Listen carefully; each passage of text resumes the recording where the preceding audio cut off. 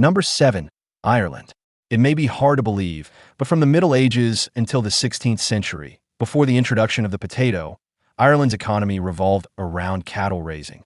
A person's social status was determined by the number of cows they owned. Imagine walking across the Irish countryside in those days. A single glance at the size of family's herd would tell you where they stood in the local hierarchy. Cattle remain important in Ireland today, but no longer define the nation's destiny.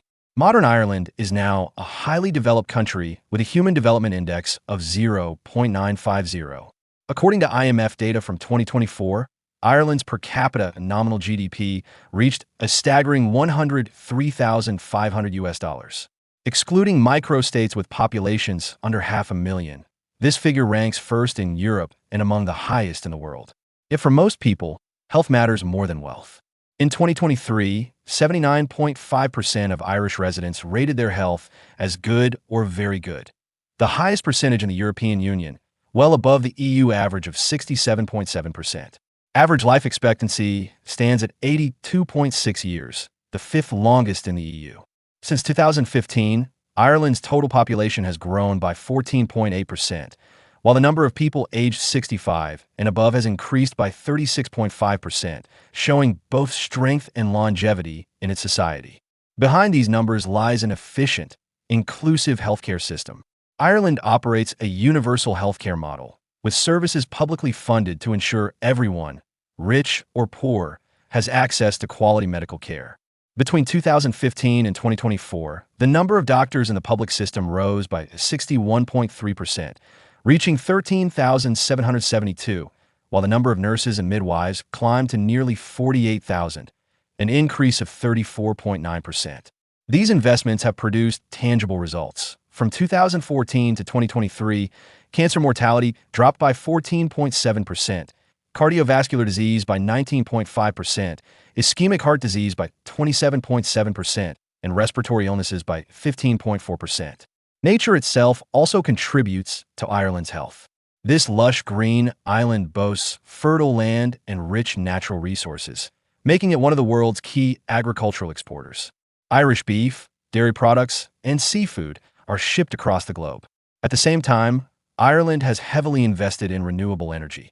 Wind power alone now supplies over 1/3 of the country's electricity, laying the foundation for a greener future.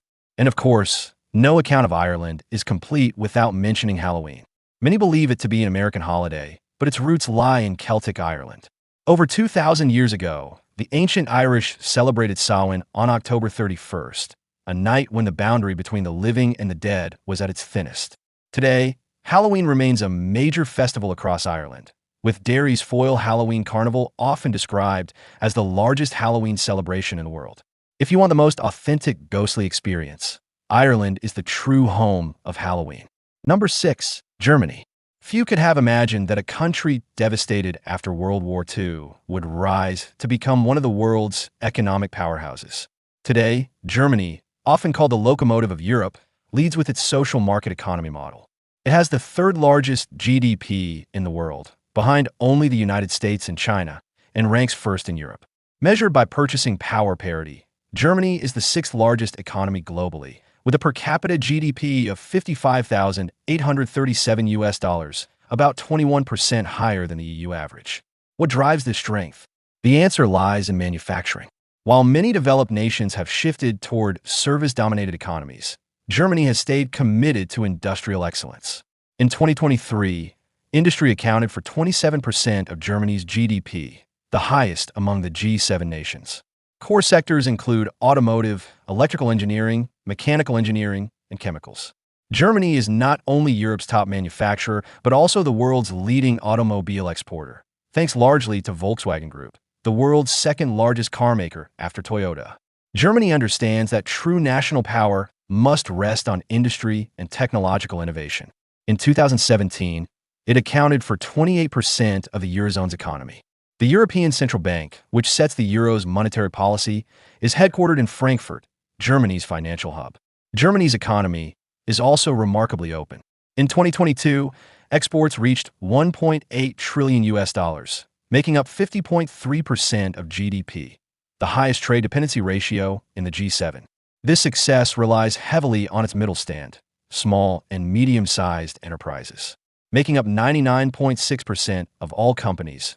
Many of these firms may seem modest, but over 1,000 of them are hidden champions, global leaders in niche markets whose influence far exceeds their fame.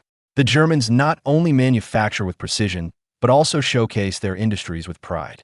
Two-thirds of the world's major industrial trade fairs are held in Germany each year, including the Hanover Messe and the Frankfurt Book Fair, attracting more than 10 million visitors annually. Germany has rightly earned the title of the world's trade fair capital. Environmental leadership is another hallmark. With an HDI of 0.950, Germany recycles about 66% of its household waste, one of the highest rates worldwide. Behind this achievement lies a strong legal framework, public awareness, and a rigorous waste sorting system. Throw trash in the wrong bin, and you won't just face a fine. Your neighbor's disapproving stares may sting even more. From ruins to global leadership in technology, industry, environmentalism, and trade, Germany has embodied a national spirit of meticulous craftsmanship. Number 5. Sweden. A century ago, Sweden was one of Europe's poorest countries, plagued by famine, unemployment, and mass immigration. Many families left for the New World in search of survival. Today, Sweden is synonymous with prosperity, high welfare, and high living standards. A unique model underpins this transformation: a socially conscious capitalism. The government allows private companies to operate parts of public services, such as schools and hospitals. Sweden's stock market is the largest in Europe by the number of listed companies, over 950, even surpassing Germany. Its venture capital investment, as a share of GDP, is also the highest in Europe. Since 2005, VC-driven growth has boosted GDP by 6 percentage points. Some of Sweden's most influential companies, such as Ericsson, began exporting products as early as the 1890s. In a modern digital era, Sweden has produced a new wave of global tech giants, from Spotify to Skype. Despite its reputation for equality, Sweden has the world's highest density of billionaires, one for every 250,000 people. Collectively, these tycoons hold assets worth a quarter of the national GDP. Sweden's uniqueness lies in balancing universal welfare with immense private wealth. The welfare system itself is extraordinary. Healthcare and education are free. Pension coverage for seniors is universal, with elderly poverty at just 5.3%, 3 points below the EU average. According to the 2020 Global Age Watch Index, Sweden ranked third worldwide for elderly quality of life. Senior employment rates reach 73.6%, while education and satisfaction levels are high. With an HDI of 0.952, aging in Sweden means security and dignity.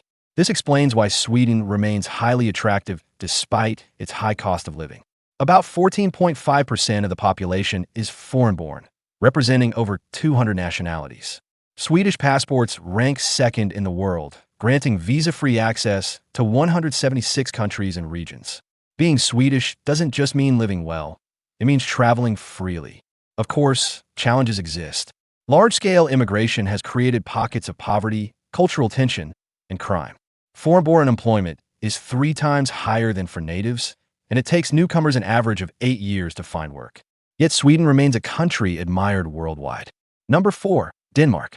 If you grew up enchanted by Hans Christian Andersen's fairy tales, The Little Mermaid, The Ugly Duckling, or The Little Match Girl, then Denmark already feels magical.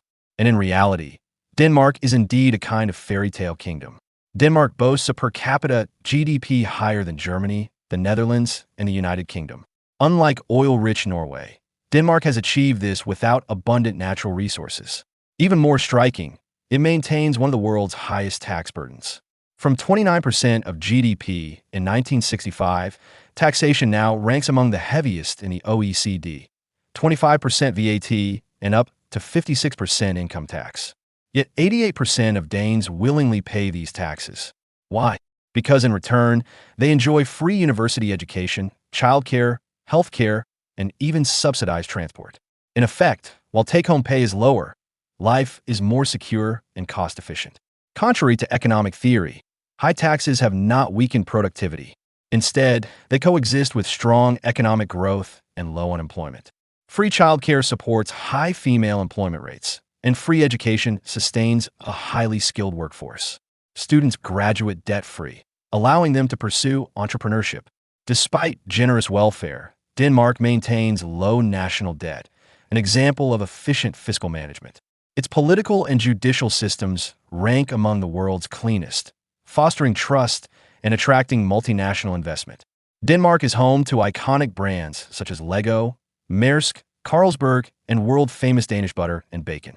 Without relying on natural resources, it has built a balanced economy with manufacturing and services both thriving. Exports and a current account surplus equivalent to 10% of GDP underscore its strength. Its location, surrounded by wealthy nations, has also fueled trade and talent exchange. Far from being socialist, Denmark is a free market economy with high flexibility. The World Bank ranks it fourth globally for ease of doing business. Of course, high taxes mean high prices, but equally high wages make up the difference. With an HDI of 0.952, Denmark proves that happiness lies not only in wealth, but in the quality of life.